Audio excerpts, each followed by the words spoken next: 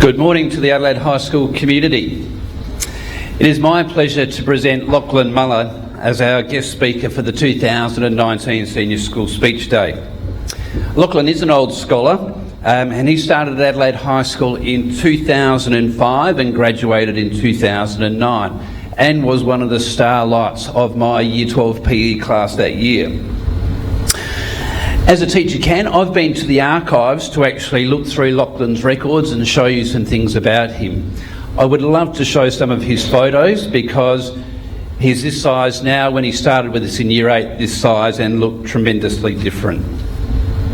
What I have done though is his Year 12 teacher, Miss Dellis, wrote a statement for him to leave, and I'm going to just quote some of that. During his time at Adelaide High School, Lachlan has participated fully in the school's sporting programs and the Melbourne High Exchange. He actively participated in a range of sporting activities and a valued member of the rugby team, football team and volleyball teams. In 2007, he did a great work experience as a plumber at Gresh Plumbers. I don't know if he remembers that. Lachlan is always impeccably groomed and attired. He's a student with a mission to succeed.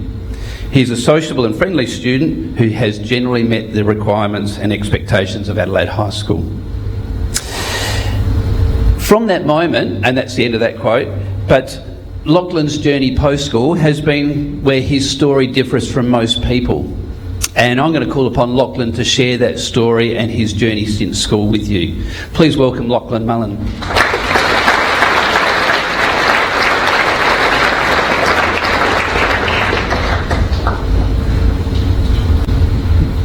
Good morning. Firstly, thank you to Mr. Gurr for inviting me to speak today. I'm very grateful for this opportunity. I graduated from Adelaide High School in 2009. I really do have some great memories here.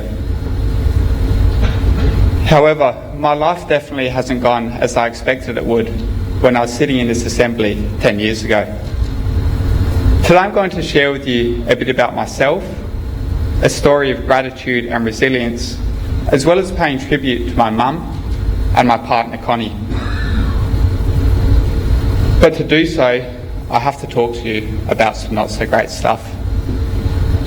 At the age of 20, I was diagnosed with lung cancer and told I could never be cured. My name is Lachlan Mullen. I'm a 27-year-old university student and I'm about to graduate as a naturopath in just a few months. I loved my time at Adelaide High. I reminisce every time I drive past and so often when I'm with my old schoolmates. In fact, we celebrated our 10-year anniversary together just 2 weeks ago. I love school sport, getting together with my best mates and going out to battle against other schools. I played footy and rugby league from years 8 to 12. I'd always have to rally up the boys for Mr. Trans, so we had enough to field a rugby team each week. I have so many great stories and memories. I graduated unsure of what I wanted to do. I was torn between something in the fitness industry or a trade. I studied fitness before changing my mind. And then eventually I started a new career as an electrical apprentice in 2012. I was in a fantastic workplace. I was happy, motivated, and learning quickly. In the first year of my apprenticeship, I developed a persistent cough.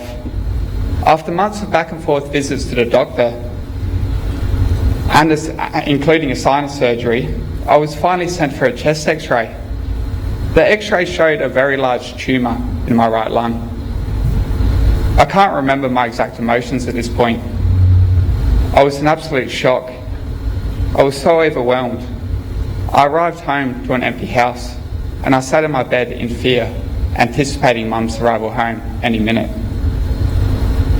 Shortly after Mum came home, she walked into my room. She could tell something was wrong. And as I tried to say, "Mum, you need to take me straight to hospital. I have a tumour in my lung," I just broke down into tears. I was so scared. After 4 days of investigations, I was given the worst and most unexpected news I could have heard. I was diagnosed with extensive stage 4 lung cancer, the most advanced stage. The cancer had spread from my lung to my bones, abdomen, lymph, and the worst part, into my brain. I was told I could never be cured, and I wasn't expected to live for more than 2 years. In 12 months, I underwent chemotherapy, multiple rounds of brain radiation, 2 brain surgeries, 2 heart surgeries, and I participated in a clinical trial for 8 months. This was incredibly challenging, but I remained positive. I saw each step back as another step towards getting better. Immediately after my diagnosis, I saw a naturopath and drastically changed my diet and lifestyle. I began an integrated approach of Western and natural medicine.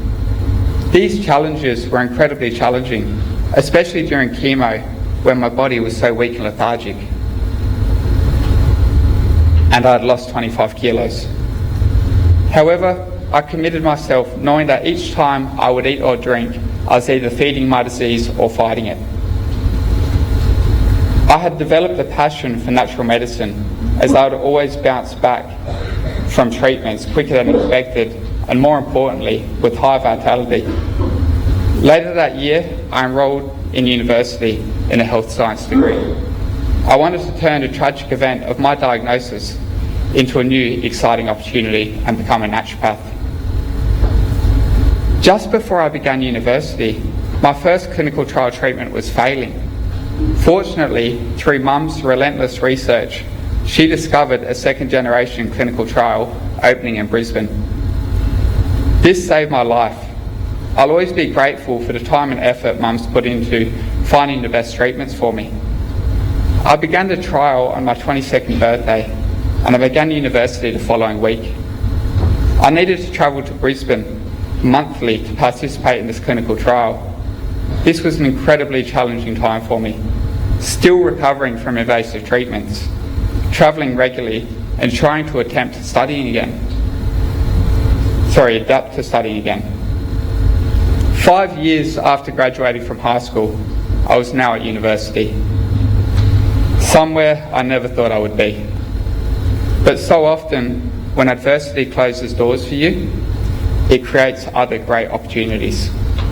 Most importantly, I had a why, and that was to empower others to take control of their own lives.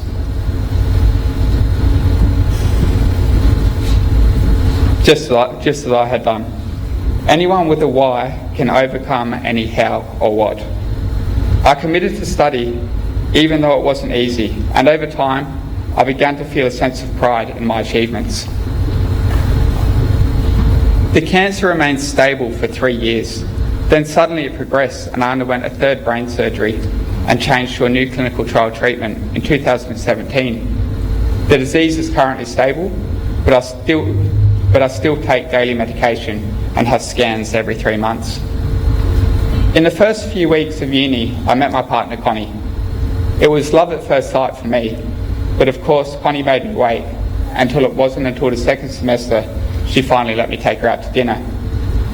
Looking back now, I'm incredibly grateful that she gave me a chance when there were so many unknowns about my health. Since then, we've practically been inseparable, to be honest. We've studied together, worked together, lived together, travelled together, and in a few months, we'll be completing our university degrees together and becoming naturopaths. I didn't know what a naturopath was 7 years ago. We've begun entering the world of entrepreneurship and planning our own business.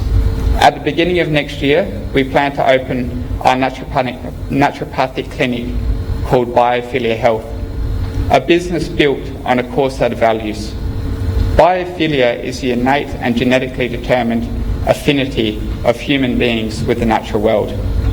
As a lifestyle, we live as healthy and sustainably as possible, and our ambition is to create a business enriching the wider community's health and reconnecting them with nature and the environment. 6 years ago, I enrolled into a university degree when statistically there's 1% chance of me being alive to finish it. But rather than worry about what I couldn't control, I took ownership over what I could control.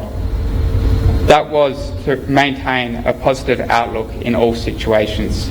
I carefully chose what I ate. I put enormous effort into my physical fitness and took natural herbs and supplements to support my body. There's a quote that I love. When you change the way you look at things, the things you look at will change. I stopped looking at my cancer as an illness, and I started looking at it as an opportunity. It gave me a whole new lease on life and allowed me to truly decide on what I wanted to do in life. Yes, at times I've really struggled. But in struggle, there is growth. And this journey has allowed me to grow so much as a person in such a short space of time. It has provided me with new opportunities, and it has given me a whole new outlook on life. It has been an absolute privilege to be here today. I want to wish all of you the very best in the future, and good luck with the remainder of your studies. If you ever find yourself stuck or struggling, try and take a step back. Look at the situation from a different perspective. You may find it's not as hard as you first thought,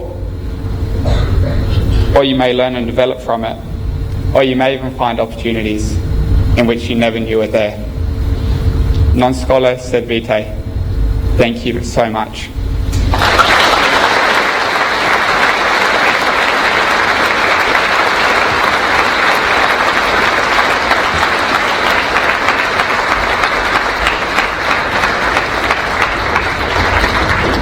I'd just like to take the opportunity to thank Mr. Lachlan Mullen for coming here and sharing your inspiring story. So thank you. Got it here.